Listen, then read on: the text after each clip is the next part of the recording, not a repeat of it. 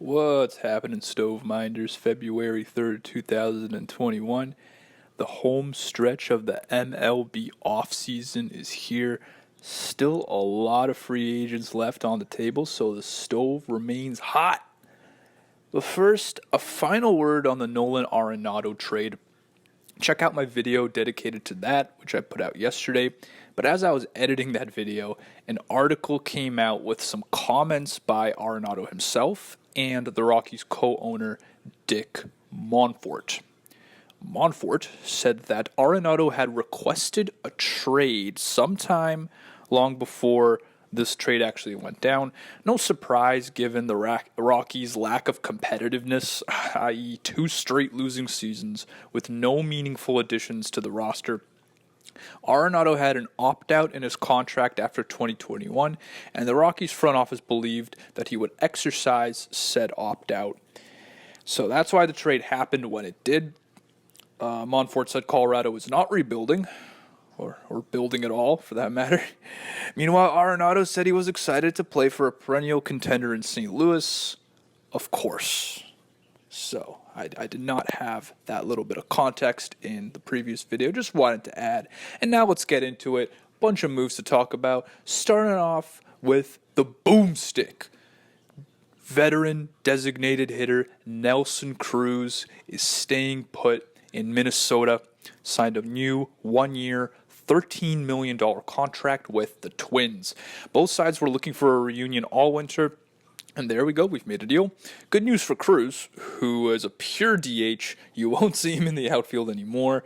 But what a force at the plate. Since joining the Twins pre-2019, Cruz has slashed .308, .394, .626. Excellence in all departments. He's one of the most feared power hitters in the game. And you might think of him, oh, he's a DH, he's a big body, he just hits home runs. No, I just showed you the slash slide. Look at all his stats. This guy's all around an incredible hitter. A crucial part of the Twins lineup. As I said, no surprises. Earlier this offseason, Cruz was looking for a 2-year deal with the Twins, did not offer. But all's well that ends well in the Twin Cities. And now general manager Thad Levine will have to focus on finding a starting pitcher with Jake Odorizzi still a free agent. They could still re-sign him, although he's in very high demand. And Jake Arrieta is also on the Twins' radar. He's slated to throw a showcase coming up soon. Jake the Snake. Haven't heard much about him. Haven't heard much about Chris Archer either. Talk about falls from grace. You told me back in 2015 Arrieta and Archer were going to be like low demand free agent pitchers in 6 years. I would maybe believe you. But anyway, right-handed pitcher Chris Archer, he's going back to the Tampa Bay Rays on a 1-year deal worth $6.5 million. Archer spent the first 7 seasons of his career with the Rays, had a very solid run, but things took a downhill turn once Archer was traded to the Pirates during the 2018 season. To the Pirates in an unfair deal that got the Rays outfielder Austin Meadows and starting pitcher Tyler Glasnow, who Archer will now join at the top of the Rays rotation that lost their 2 best arms this winter in Charlie Morton and Blake Snell. They face an uphill battle to reclaim the AL East, let alone the pennant from the Blue Jays and the Yankees. I wouldn't call Archer an upgrade by any stretch, but clearly they wanted him back. The Rays don't spend a lot of money, and they gave him $6.5 million, so there you go. Archie missed 2020 after undergoing thoracic outlet syndrome surgery. Jesus Christ. And in his time in Pittsburgh, had an ERA and FIP in the high 4s, a whip just below 1.4, and a lot of home runs allowed. I'm sure Tampa Bay would love to see Archer rekindle what made him an all-star workhorse 4+ years ago. The Rays and manager Kevin Cash seem to love their unorthodox system of having only like 3 starters and a versatile loaded bullpen. So as long as Archer can eat innings, I think they'll be satisfied. Can't say the same for Rays fans without Snell and Morton to no longer anchor that small but once effective rotation, but there you go. The Phillies. I've talked a lot about how Philadelphia needs to shore up the back of their rotation. And along with Matt Moore, they now have 33-year-old right-handed pitcher Wichita Falls Chase Anderson. in fold on a 1-year, $4 million contract. Anderson was dog ass for the Blue Jays in 2020, although he did post a career-high strikeout rate. In 4 seasons prior with the Brewers, so 2016 to 19, Anderson was a fine number 4 or 5 starter, 150 innings pitched per season, very durable, hasn't seen a lot of time on the IL, ERA plus of 112 when he was with the Brewers. Not bad considering the Phillies' tight budget and their needs. I like this move. And I really like this one. Cincinnati Reds, bet you didn't see this one coming, have signed left-handed relief pitcher Sean Doolittle to 1 year, $1.5 million. The Reds seemed to be in free fall earlier this winter after gutting their bullpen, non-tendering Archie Bradley, and then trading Raisel Iglesias, and then flirting with a whole-scale teardown. Now they go out and get a high upside arm to potentially be their new closer. Doolittle has had plenty of experience in that role with the Nationals and the Athletics, 111 career saves in 9 big league seasons. He did little in limited action in 2020. He had injuries, and he lost almost 3 miles per hour in fastball velocity. Even in 2019, I had an ERA and FIP above 4. Not nice. 2018, he was an all-star. And overall, he owns a career strikeout rate just under 30%, complementing a walk rate of just 5%. There's something to like here. Maybe he's been trending downwards. He's going to need to gain a little bit of velocity back. But Doolittle is a low-risk, high-reward addition for the Reds. Nice to see them actually do something positive. And I got a trade to talk about. Oh, yeah. So, right-handed starting pitcher Alex Cobb going to the Los Angeles Angels of Anaheim. And in exchange, the Orioles will gain infield prospect Jahmai Jones while retaining more than half of Cobb's $15 million salary. So Alex Cobb, you may remember, parlayed a solid 2017 season with the Rays into a 4-year, $57 million contract with the Orioles that became a disaster, at least until this past season. Overall, in 3 years in Baltimore, Cobb had a 7-22 record, which is, I know win-loss record doesn't matter much for starters these days, but it's just funny. 7-22, my God. His ERA and FIP are in the lower 5s. He only threw 217 innings in that span, missing a good chunk of 2019, and a whip over 1.4 thanks to a lot of hits allowed, including a lot of home runs. But as I said, Cobb looked okay in 2020, and back in Tampa, he was solid for like a back-end starter, which is the role he will get in California. The Angels been known for their lack of pitching, although 2020 saw quality from Dylan Bundy, Andrew Heaney, prospects Griffin Canning, and Jaime Barria. Anaheim also acquired Jose Quintana this winter. So with Cobb in the business and Shohei Ohtani expected to pitch in 2021, a half-decent rotation appears to be in Orange County, but a lot of questions. First and foremost, how will they do without pitching coach Mickey Callaway?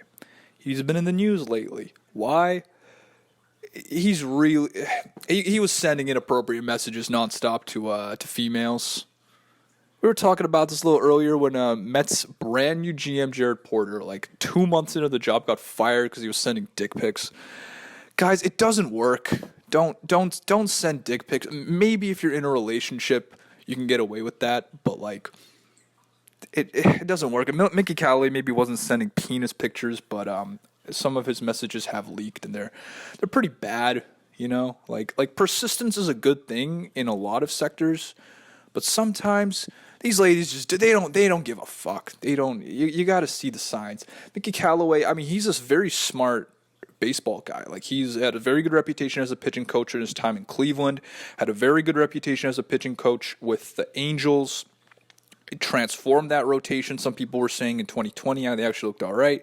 Callaway also had a good reputation as a pitching guy when he was the Mets manager, New York Mets. Remember, he took him to the 2015 World Series before losing, and now his career is in shambles because he doesn't know how to communicate with women. Which, hey, you know what? I'm not too good at that either. I'm sure a lot of guys can relate, but go find the messages for yourself. It might actually make you feel better.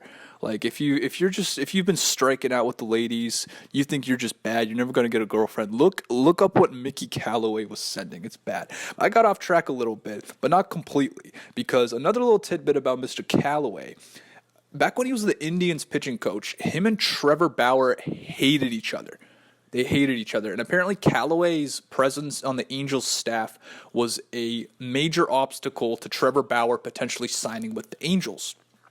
Not to mention the financials of that. I mean, the Angels have no room in their payroll for Bauer, so I don't think that was going to happen anyway. But after Callaway got suspended, not fired by the Angels, suspended, people were saying, oh, Bauer's going to go to Anaheim. I don't know.